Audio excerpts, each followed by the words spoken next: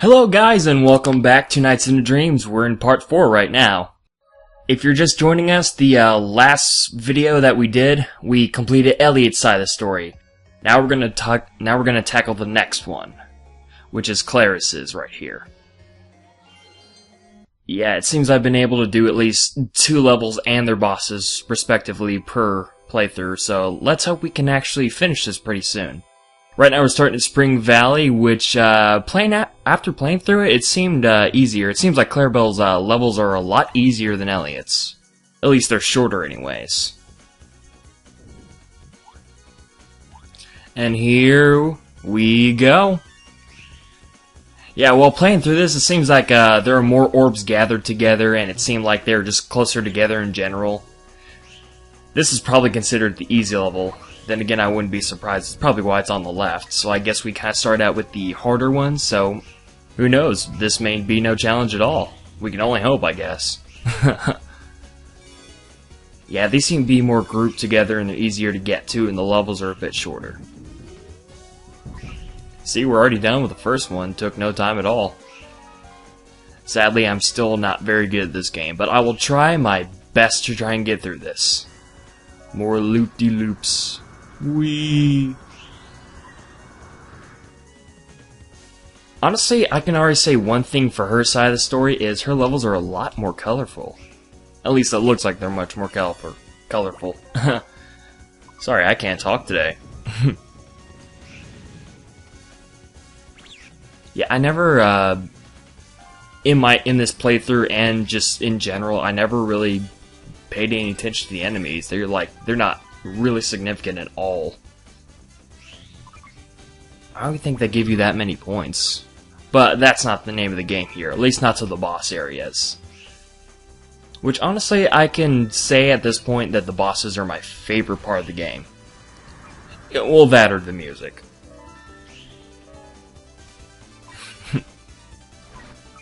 More loop-de-loos. Whee!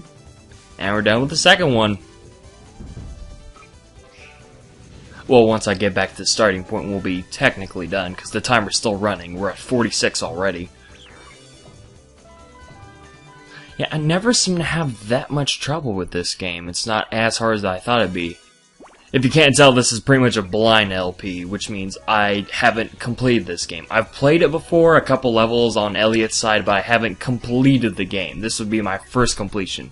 Which, hey, not only will I be able to entertain you, I'll be able to clear this off my, oh, what's the word for it? Backlog, that's it. The backlog for this game. Come on, go down. Another trick loop right here. I'm trying to get a little bit more fancy with the tricks, because I know they give you a lot of points, and the more points you get, the higher your score. Which is a nice bonus. That, and you still need to be higher. You have to get at least a C rank in every single mission before you tackle the last one, Twin Seeds. I don't know if it's Twin Seeds in her side of the story or not. Probably. That also makes me wonder if I'm going to fight Riala in the 3rd level here. I don't know. We'll have to cross that bridge when we get there now, won't we? I should be able to collect enough Idia here to complete the 3rd cage pretty soon. Yeah, there's plenty of Idia in this level. Not really any problems now. It's just getting there. Yeah, I don't think I had any real problems till the 2nd level, and we're going through another trick loop. Hopefully I can get a little bit more creative than this. See, I did that because I thought there'd be like a figure 8 trick, but I guess there isn't. That's kind of a missed opportunity if you ask me. Don't know why they didn't do that. And the 3rd one is done. Now we just gotta get back to the start point and another trick loop. This is probably the only time you'll ever see me do a decent score. And by decent, I mean higher than C. Then again, C is kind of decent itself. So, above average score, I guess. Only time I ever did that was in Twin Seeds, but that's because everything was like locked together in one run. You didn't restart. You had to do all 4 cages in one shot. That'll probably be the case with the 2nd time we do it with Claribel, but that should be no problem. Am I Claribel? Is it? No, I haven't even touched her side of the story as much as I've touched Elliot's. And that just sounded wrong. And we're done with the last one already. Maybe these are much easier than I thought. Yeah, I don't really get the secret to how to get a high score. You just keep running around until you get enough idiots points. I know, like I said in the previous videos, I'm not much of a professional in this. Well, we're off to the first boss of the video. And I got a C. No problem. Except it's a problem. Yeah, the bosses are pretty unique, I must say. This one's as basic as it gets, but then again, that's what you should expect for a first level boss. Just pretty much boost right in his head and then take it off and then just rinse, repeat, recycle until he's gone. But still, everything's very colorful. This is a very nice looking Sega Saturn game. I need to do more Saturn games for this channel at some point, but I already have another game in mind. That's not for the Saturn, but you guys will be seeing that pretty soon from me. Yeah, I've actually been trying to look around for more Saturn games, but I can't think of any. I don't know, what would you guys recommend? I would love to hear what you guys would recommend for me. Or just in general. Yeah, I think in this boss I only got hit twice, and that's because I went in the wrong part of the boss. Yeah, I only got hit twice. And that's the last one, I believe. Yep, last one. We're done with the first boss already. With 47 seconds left to spare and a 1.2 multiplier. Not bad, but we could have done better anyways. Oh well, that's not a problem. And of course I got a C. What else is new? Well, let's see how I racked up against everyone else. I'm wondering how Knuckles got higher than Tails or Amy. Now that's some insight right there, that hint. Wow, I would never guess that. I don't think anyone would ever guess that. And we're back at the title screen. I guess we should go ahead and tackle the second level right now. Yeah, is it Claris. Right, I kept saying Claribel for some reason. I know, that's my fault. Then again, could you blame me? I don't really play her levels as much. The possibility. Mystic Force, second level. Very colorful, I may add. These aren't actually... These are pretty good graphics for a Sega Saturn. I mean, yeah, 64 technically has better looking graphics, but I don't know, I still prefer PlayStation graphics for some reason. Well, Sega Saturn too. I say PlayStation as a generalization because the PlayStation and Saturn are somewhat relatable, like they're kind of close. Yeah, I kept doing this because I thought there was another way to get to that cage full of Idia, but I guess there isn't. At least not the way I was doing it. More loop-de-loos. And more orbs. Yeah, they're gathered really closely in Claris's levels. I honestly can say I think this is probably the easy mode of the game. So hopefully this should be no problem. Of course, knock on wood.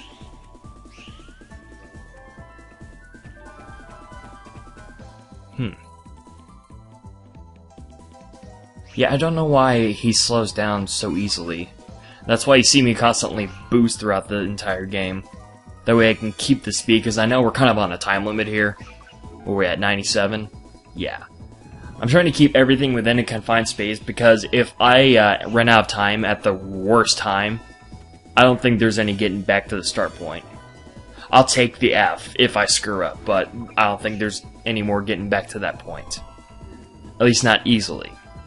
It would just take up more time, so honestly, how about I just don't fuck up? Yeah, no fuck-ups would be wonderful, now wouldn't it? The joys of gaming. The joys of collecting. I don't know, could this game be considered a collectathon? Because the name of the game is Collect Idia, Break Cages, so, I don't know, what genre would this be in? Probably not platformer. It does seem like a collectathon to me. Not on the same level as, like, say, Banjo-Kazooie or Conker's Bad Fur Day or anything. Just, yeah, it's not as bad. There's a little bit more No, I can't even say that. It's the same thing. Banjo-Kazooie has more variations in what you collect and what you do. On here, you're just kind of in a circular plane right here. Outer circular, not... Yeah. Yeah, and if you, yeah, pro tip, if you hit all these in time, you can go down there. In fact, that's what I'm going to do right now. If I can manage nights. There. Where we find a trick ring. And I've slowed down exponentially. I don't know. Then again, you shouldn't be expecting high, fast-paced action unless you're really good. Come on, come on. There we go. Flew around for just one orb? Eh, that's okay. There's more up ahead, I believe. Yeah, this level design here seems a little bit more... what's the word I should say? Intricate? Complex? Nah. It's just more involved. Yeah, let's say the level design's a little bit more involved. That, and I do like when you do have a trick ring like that, you can still loop around and collect everything like you need to. So it's not like you're locked onto doing tricks only, which honestly would have been a problem. But luckily, it's not a problem. I wonder if I should do Journey into Dreams for this. Nah. The game was subpar at best. I mean, it was alright, but my problem is they gave the characters voices. I don't know why that bugs me, it just does. And they gave Riella a mask which looks stupid. And they say that knights, or nightmares in general, are genderless, but they kind of give knights a female voice, so I just go ahead and say, yeah, female. Same with Riella being a male. But Sega says genderless, so I guess I'll go with that. And, yeah, back to the overhead view, which I'm not a big fan of. It's hard. It's really hard to know where you're at. I think this is where I messed up pretty badly. Yeah, it's one thing to have an overhead, but to have the cage in the overhead is just painful. I don't like the overhead look of this. It just feels nauseating. That, and you see the idiot down there? I thought you could grab those, but no, you can't. They're too far down. As if you weren't down all the way already. Just makes it harder.